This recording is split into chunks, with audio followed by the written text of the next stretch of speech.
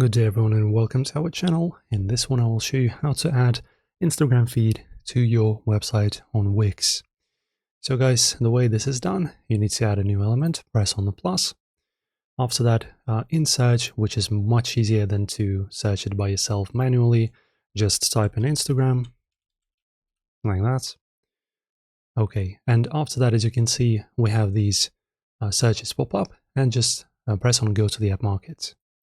So why we're doing this is pretty much we can just go to the app market, which allows us to install different apps and use them on our websites. So in the search apps, type in Instagram like this and see more results. And if you want to add the feed, as you can see, we have Instagram feed. So just press on it. It's free to install.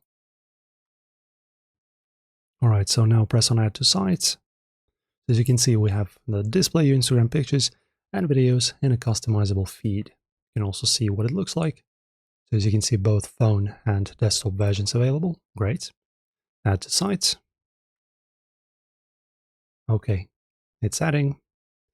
And now pretty much I generally recommend, of course, creating a new page entirely for this because, you know, as you can see, it's I don't really know where it is even. So just add a new page and then paste that newly created Instagram on the new page. Okay, so this is going to be our Instagram feed. As you can see, this is where it is. It kind of pasted itself in a random place, but you can, of course, adjust it.